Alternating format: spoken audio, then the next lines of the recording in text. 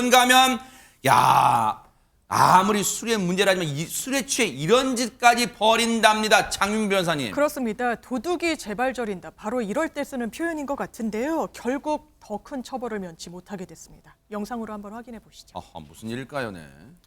지난달 15일 대전 유성구의 한 도로입니다. 네. 좌회전하는 차들 사이에 돌아오는 흰색 트럭 한번 주목해 주세요. 네. 잘 달려오던 트럭이 후진하죠. 어머나. 그러더니 뒤에 온 차량과 부딪힙니다. 어머. 불법 유턴하면서 어. 도주하기까지 하는데 어. 이 모습을 본 경찰 뛰어가 보지만 어. 그대로 현장에서 트럭이 사라져버립니다. 허허. 갑자기 왜 이런 행동을 한 걸까요?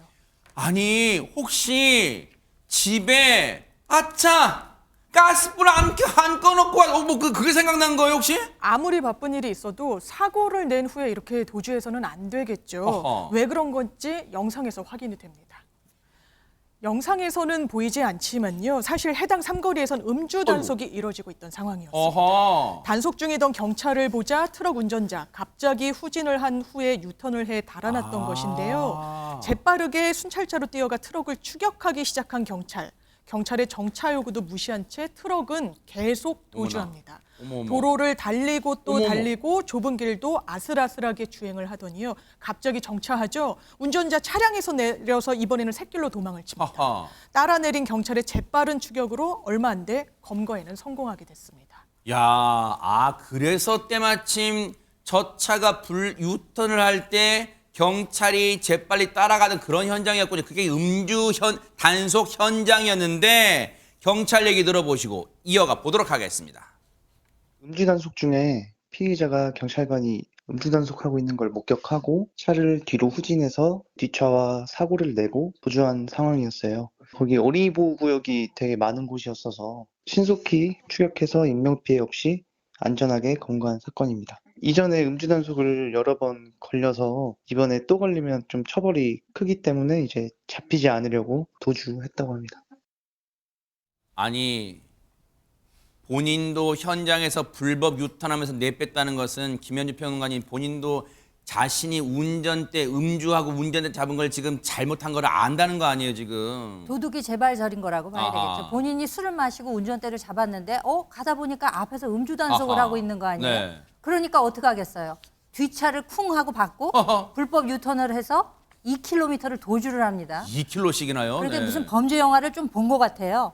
골목길을 지나서 거기서 차를 세우고 또 몸만 내려가지고 이제 도망을 간 거예요. 네. 근데 여기서 이제 노래가 한 가지 저는 생각이 뭘까요? 나요. 그녀를 만나기 전 100m 전이 아니라 경찰을 만나기 100m 전. 네. 100m밖에 도주를 못하고 거기서 그대로 검거가 되고 말았거든요. 100m 도주한 거예요, 100m를. 네. 뛰어서는 100m를 도주를 뛰어서 했습니다. 100m, 네. 음주 측정을 해봤더니 그 결과가요. 네. 혈중 알코올 농도 0.053%. 그러니까 면허 정지 수준이 나왔습니다. 그런데 문제인 것은 네. 이 해당 운전자가 과거에도 동종 범죄 이력이 있는 거예요. 상습 음주 운전자였다는 사실. 그러네요. 이거는 음주가 습관이고 버릇이고 이 반복된다는 걸 여실히 보여주는 그런 사건이잖아요. 따끔하게 정신 차릴 수 있을까 걱정돼요 지금 박성배 변호사님. 이 사안은 음주운전으로만 처벌받아도 될 사안인데 이 단속을 피해서 도주하다가 여러 범죄들이 추가로 성립하게 됐습니다. 실제로 뉴스파이터 제작진이 경찰에 확인해 본 결과 이 남성 이 특가법상 도주치상, 특가법상 위험운전치상, 음주운전 등의 혐의로 송치된 상황이라고 합니다. 여러 차례 음주 전력이 있는 것으로 알려지고 있는데 반복된 음주운전은 그 자체로 가중처벌 그 정도 두고 있을 뿐만 아니라 여러 범죄들이 추가된 상황인 만큼 이 사안은 실형 가능성을 배제하지 못합니다. 아니 혹시요 박성배 변호사님 이건 좀 갑자기 든 궁금증인데 음주운전으로 이 심한 경우에는 다른 사람의 생명까지 앗아가는 그런 안타까운 치명적인 사고로 이어질 수 있잖아요. 그러면 꼭 어떤 성범죄 저지른 사람만 이 주변에 그 거주지에 막 이렇게 막 신상 공개하거나 그러지 말고 음주운전도 1회 이상 뭐 2회째부터는 뭐 한 번은 정말 그럴 수 있다 치고 2회째부터 음주운전 걸린 사람 좀 신상 공개도 하고 좀 그럴 수는 없는 거 그럼 너무 과한 거예요? 우리나라는 기본적으로 형을 구금형과 벌금형을 주축으로 하고 있습니다. 네. 그렇지만 일정한 범죄 유형에 대해서는 명예형이라고 해서 명예를 깎아내리는 방식의 형을 부과함으로써 그 행위를 제재하도록 하는 방식도 병행하고 있습니다. 말씀해 주신 것처럼 성범죄가 가장 대표적이라고 할 수 있는데 음주운전의 경우에도 잠재적 범죄자로 불릴 만큼 그 파급 효과가 상당하므로 일정한 요건은 갖추어야 합니다. 음주운전을 한 번 했다고 해서 바로 명예형을 부과하게 되면 당장 위헌 시비가 벌어지기 때문에 일정한 혈중 알코올 농도 수치로 적발된 횟수가 일정 횟수에 이르렀을 때 명예형을 부과하는 방식은 굳이 위헌 시비가 일지 않을 것 같고 면허 취소 외에도 명예형을 부과함으로써 일정한 제재 수단을 달성하는 방안도 이제는 논의해 볼 때가 되지 않았나 싶은 생각이 듭니다. 그러니까요. 왜냐하면 이걸 솜방망이 처벌 정도에 그치면 이게 반복되고요.